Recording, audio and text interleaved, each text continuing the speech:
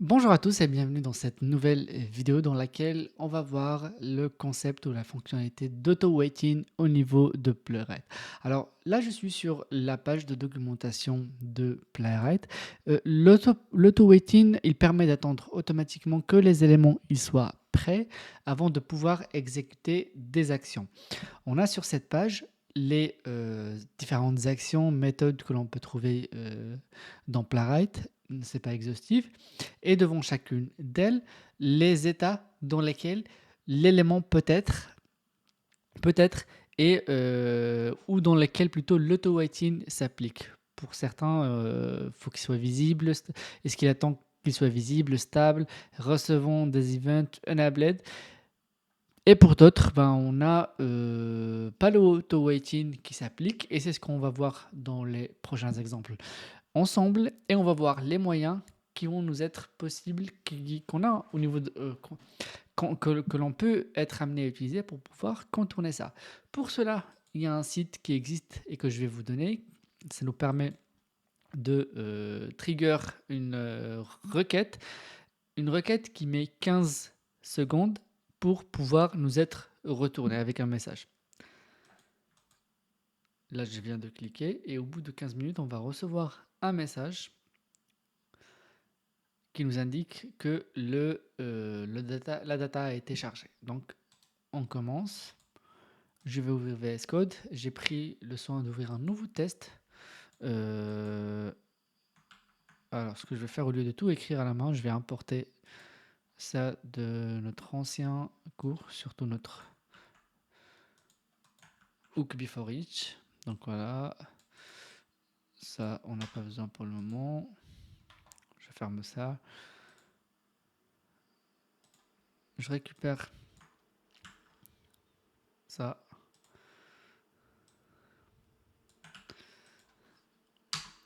Parfait. Et du coup, je trigger le fait de cliquer sur un bouton aussi.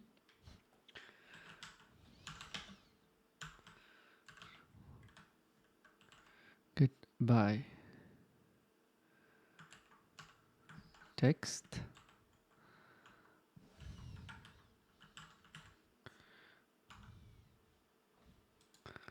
Là.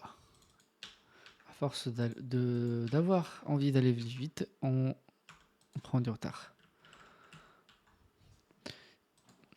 Et le texte que l'on va aller chercher est celui-là. Compliqué à copier, du coup je fais autrement. Voilà.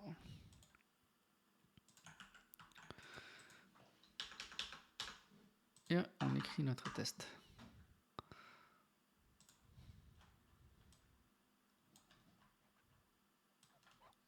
Je fais un copier-coller pour aller vite encore une fois.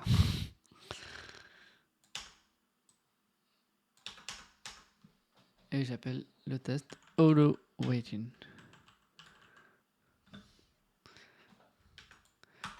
Donc, pour commencer, une fois que le bouton a été trigger, je vais demander à Playwright de cliquer au niveau du message d'erreur, du message que l'on reçoit en réponse pour bien vérifier que on a bien reçu le message. Donc, le message, il met 15 secondes à arriver. Du coup, on va voir si Playwright va attendre les 15 secondes ou pas. Tout d'abord, je récupère la classe.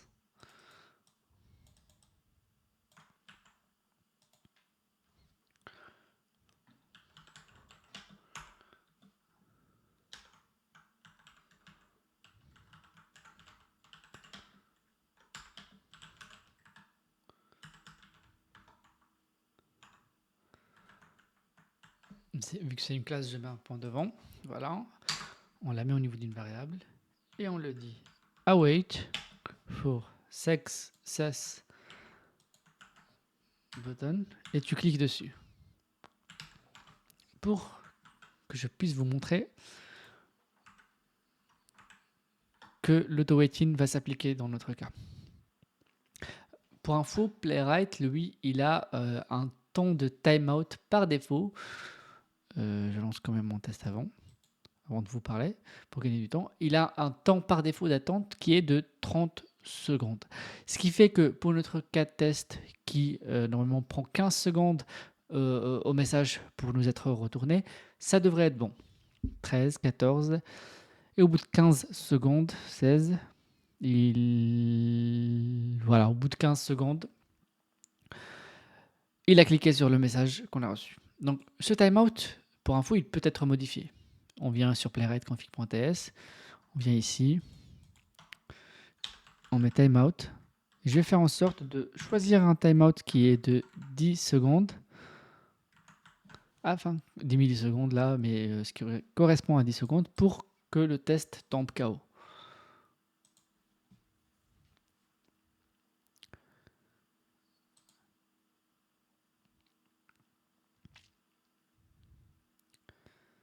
Alors, il y a quelque chose qui cloche. Ça ne se lance pas. Oui, c'est normal que ça ne se lance pas.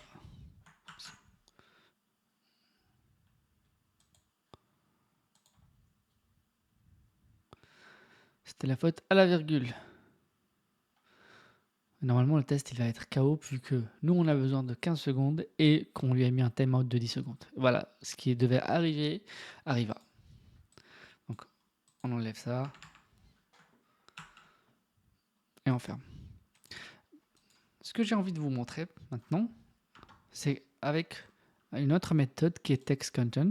Et normalement, ça ne devrait pas poser de problème. Je vais mettre const text await success button. Bon, text content. Avec cette méthode, j'ai envie d'extraire le texte qu'il y a au niveau du locator qu'on lui a donné.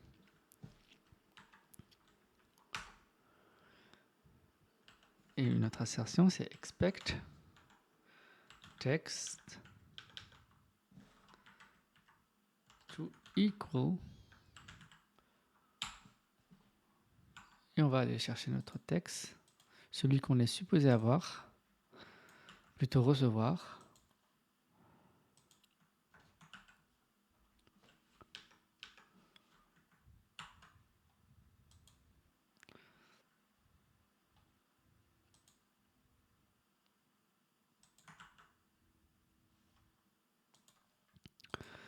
J'ai expect en rouge parce que je ne l'ai pas importé.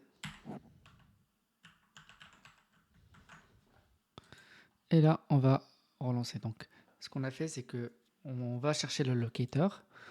Par la suite, on va extraire le content et on met une assertion pour dire que le content qu'on a extrait il correspond à cette phrase.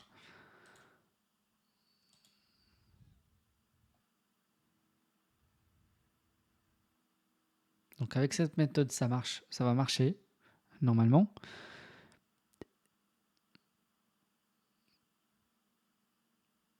Et on voit bien qu'il attend les 15 secondes et c'est parfait. Donc la prochaine méthode que je vais vous montrer, c'est une méthode avec laquelle on a un souci.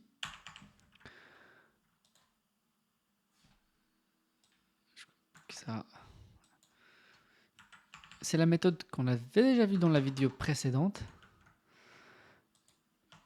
Et c'est le all text content. Je récupère ça. Vous voyez. Alors avec celle-là, ça va pas bien se passer et le test va tomber KO directement. Voilà. C'est pas une méthode qui supporte l'auto waiting. Du coup, il nous faudra une solution de contournement. Et ça va être la méthode wait for, bien avant, pour lui demander d'attendre. Ainsi, on met await. Et ce même success button, on lui ajoute un wait for. Et le state, il doit être... Qu'est-ce qu'il va nous proposer? Attached. Il va attendre. Alors, cette méthode, si vous vous rappelez dans la vidéo précédente, dans l'une des vidéos précédentes, elle nous renvoie un array avec des données à l'intérieur. Ça dépend de combien.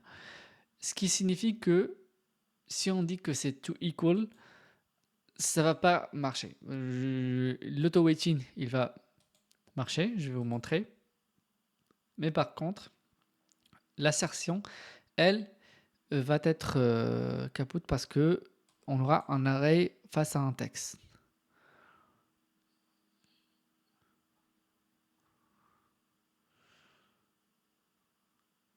Voilà, qu'est-ce qu'on a comme erreur? Expected, ce texte, received, array. Déjà, on voit que l'auto-weighting, que le weighting, il a marché, le wait for. Et là, on va changer to equal to contain.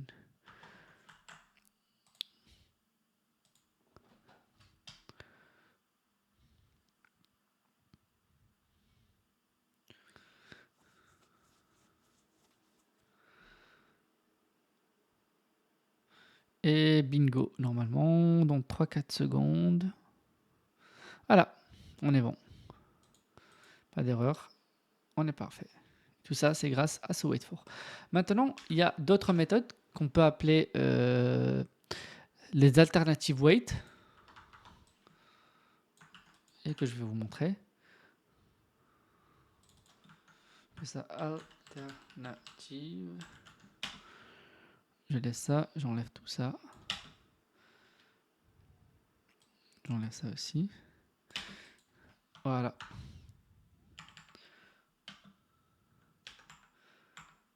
La première, ça sera wait for element. Donc là, on récupère le locator du message qu'on reçoit. Ici, c'est la méthode allTextContent avec laquelle on a un souci qui ne supporte pas l'auto-wait. Et pour attendre notre élément, on ajoute le wait for response. Donc on met await page wait for response. Là, à peine j'ai écrit wait, j'ai plusieurs propositions. Je choisis response. Et qu'est-ce qu'on va faire? Les requêtes ou les réponses plutôt, on les recevra de la part du back-end, généralement. Ainsi, on va venir sur Firefox, sur Chrome, pardon, sur la partie Network, le fetch XHR, je lance ma query, on a un statut qui est en pending, et à partir du moment où les 15 secondes se sont écoulées, on va recevoir un message avec un header plutôt, et avec une URL. Cette URL, on la prend, on vient ici, on sauvegarde, on lui dit clairement, tu attends de recevoir cette URL, et non, c'est pas celui-là, j'arrête, c'est le deuxième, c'est Alternative Waiting. Et vous voyez là, il est déjà sur la table où il attend l'header, ou l'URL, avant d'exécuter le all text content.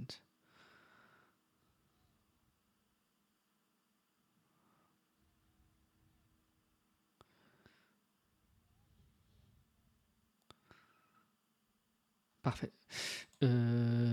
Alors, excusez-moi, c'est pas wait for element, ça, on peut l'appeler waiting for information. Voilà, on peut appeler ça waiting for an information. D'accord? Et du coup, je commente pour vous montrer la dernière, ce qui est wait for element.